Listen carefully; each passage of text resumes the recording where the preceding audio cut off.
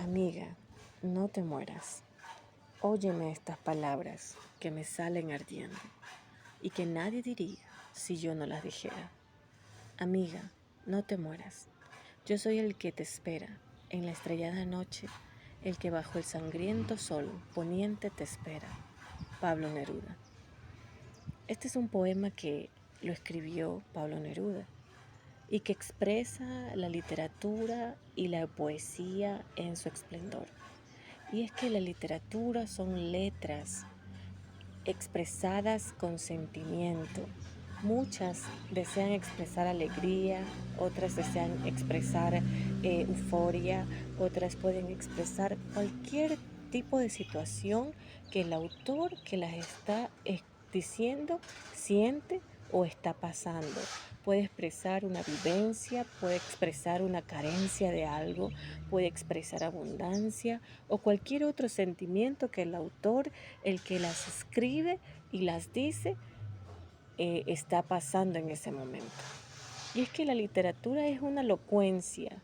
Cuando las personas dicen y cuando el alma habla a través de las letras, la literatura puede llevar un montón o puede estar cargada de mucha eh, imagen, mucha visibilidad. Tal vez uno no esté en ese lugar, pero cuando el autor habla, cuando la persona que escribe habla, uno se traslada a ese lugar por cómo escribe, por cómo lo pinta, por cómo arma toda la estructura del léxico, de la literatura, cómo se la puede armar. Y es que la literatura son palabras que salen para expresar las vivencias. Entonces, así como la literatura secular que vemos que existe y que transmite mucho, asimismo existe la literatura en la Biblia. En la Biblia podemos ver documentado lo que son las figuras literarias. Las figuras literarias como el símil en la Biblia se ven documentadas, por ejemplo, como el rey Salomón, un rey enamorado que comparaba a su amada con los paisajes. También vemos al rey David, él comparaba en el Salmo 1 al varón piadoso que vendría a ser como un árbol plantado junto a corrientes de agua. O sea, hacía la declaración de que una cosa era semejante a la otra, de que alguien es semejante a otra cosa. Entonces, eso es lo que es el símil.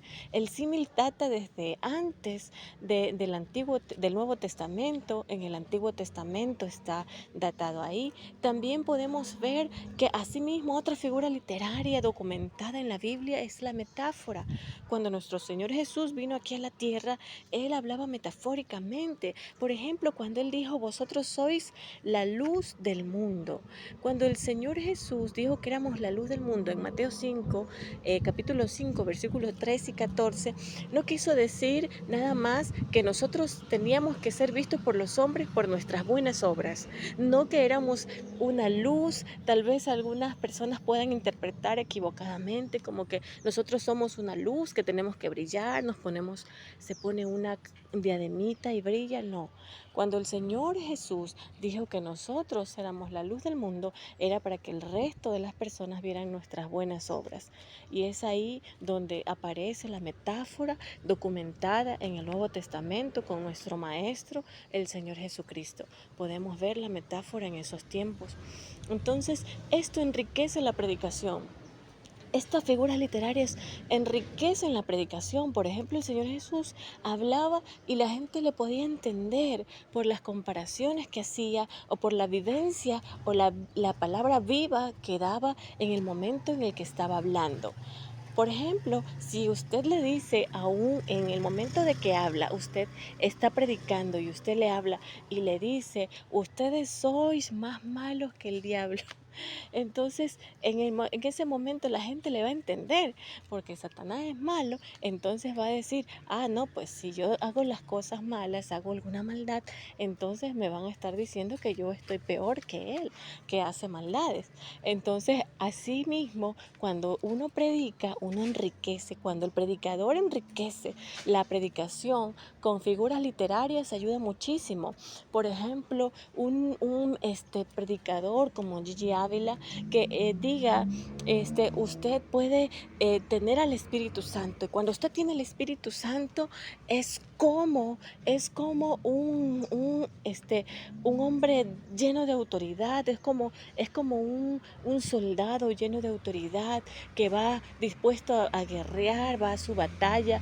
Entonces, ese tipo de figuras literarias enriquecen siempre las predicaciones y ayudan a las personas que escuchan, a aquellas personas que están escuchando, que puedan entender mejor lo que uno está hablando. Hay otra figura literaria que es la llamada personificación o prosopopeya. Esta de aquí es aquella que le da la atribución humana a un objeto inanimado. Por ejemplo, el profeta Isaías lo usó cuando él dijo en Isaías capítulo 55, versículo 12, dice, los montes y los collados levantarán canción delante de vosotros. Un monte y un collado no puede cantar, pero él utilizó esta personificación y dice, y todos los árboles del campo darán palmadas de aplauso. Los árboles del campo no pueden aplaudir, pero él hacía esta comparación, esta letra le daba vida a través de la personificación, o sea, le daba animación a algo inanimado, por ejemplo, una planta, y él decía que era como una persona que aplaudía. Entonces, este tipo de figura literaria puede enriquecer o enriquecerá muchísimo a la predicación, y es como uno puede enseñar a otras personas a que puedan ellos entender mejor un tema, una conclusión, lo que queramos que el público pueda entender o nuestros oyentes puedan entender y captar. Lo podemos hacer mucho mejor cuando predicamos con figuras literarias. Ahora vamos a ver muchos ejemplos sobre las figuras literarias, algunos ejemplos sobre las figuras literarias y los predicadores que han usado estas figuras literarias y en qué tiempo, así como fueron estas figuras en los tiempos del Antiguo Testamento y se documentan en la Biblia, así también se documentan en el Nuevo Testamento en la Biblia, también se documentan en predicaciones grabadas en YouTube, donde hay muchos predicadores que utilizan, lo cual ha enriquecido el mensaje y ha permitido. Buenas noches, compañeros. Continuamos con el uso de las figuras literarias. En este caso tengo 3 más para compartir con ustedes. La primera de estas es la hipérbole. En esta figura se exagera deliberadamente para dar fuerza a lo que se quiere decir. Por ejemplo, el autor del libro de los jueces describe así la invasión de los pueblos extranjeros en el tiempo de Gedeón. Vamos a leer Jueces 7:12. Y los madianitas, los amalecitas y los hijos del oriente estaban tendidos en el valle como langostas en multitud, y sus camellos eran innumerables como la arena que está en la riviera del mar. Esto es, una invasión de langostas y la arena de la playa son 2 imágenes que el autor usa para describir el número de los invasores. Continuamos con la alegoría. La alegoría consiste en una serie de metáforas unidas por un motivo o una idea central. En la Biblia, las más conocidas tenemos que son las alegorías pastorales del Evangelio de Juan en el capítulo 10 y la de la vid y los pámpanos en el capítulo 15 del 1 al 17. Vamos a ver esto en un ejemplo en video. Continuamos con la paradoja. La paradoja es una declaración que contiene una contradicción o una imposibilidad aparentemente. Podemos ver esto, el apóstol Pablo dijo, no mirando nosotros las cosas que se ven, sino las que no se ven. Esto lo dijo en 2 de Corintios 4:18, en la primera parte. Asimismo podemos ver esto en la aplicación práctica del video.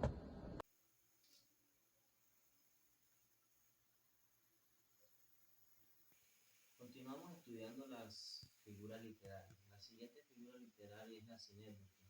Esta figura literaria se utiliza para hablar del todo y y viceversa. La podemos encontrar en el Antiguo Testamento, en el Pentateuco y también en los Evangelios. A continuación podemos ver un ejemplo.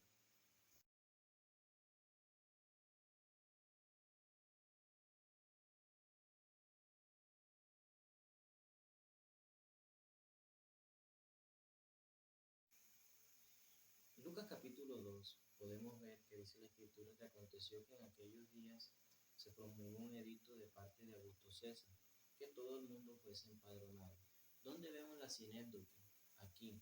Bueno, la vemos en donde dice que todo el mundo. Evidentemente no se refiere a todo el mundo en general, sino al momento, a la zona en la que Augusto César estaba gobernando en aquella época.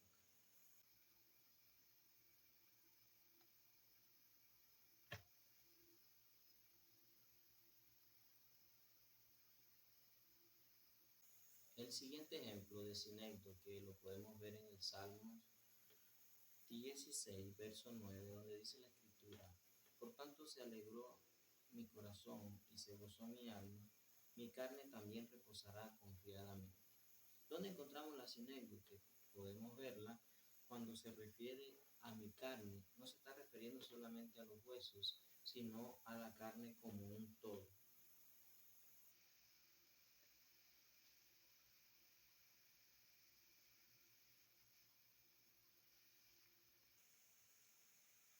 El último ejemplo de sinécdoque vamos a encontrarlo en el capítulo 24, verso 5, donde dice la escritura: porque hemos hallado que este hombre es una plaga y promotor de sediciones entre los judíos por todo el mundo, y cabecilla de la secta de los nazarenos. Al leer este pasaje nos damos cuenta que todo el mundo no se refiere a en todo el globo terráqueo, sino estamos hablando solamente del lugar donde sucedieron los acontecimientos.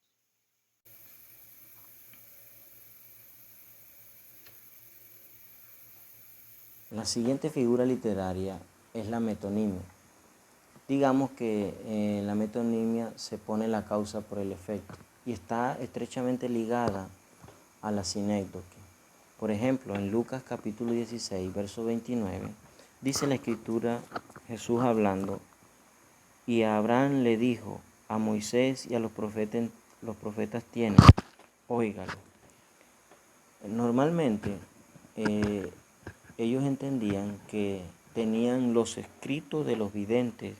Además, como Jesús menciona la causa por la cual ellos estaban refiriendo que tenían a Abraham y a Moisés como profetas y que a ellos los escucharan. Veamos ahora un par de ejemplos.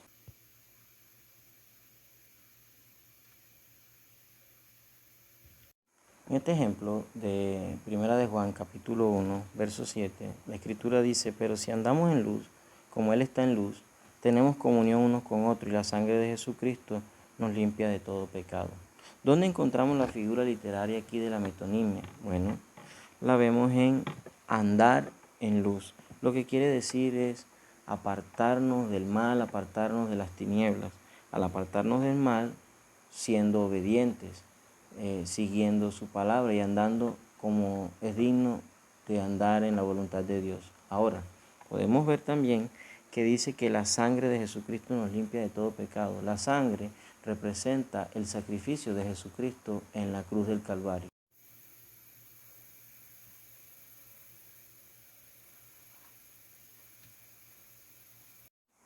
La fábula es otro género literario que se encuentra muy poco en la Biblia. Podemos recordar que la fábula es un conjunto de prosopopeyas relacionadas entre sí. Podemos ver cuando éramos pequeños, cuando nos leían cuentos y los animales hablaban, las plantas cobraban vida y también eran personificadas.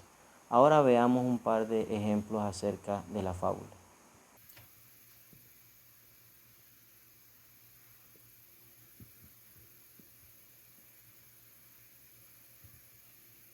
En Segunda de Reyes, capítulo 14, verso 9, podemos ver este ejemplo de fábula, donde dice: y Joás, rey de Israel, envió a Amasías, rey de Judá, esta respuesta.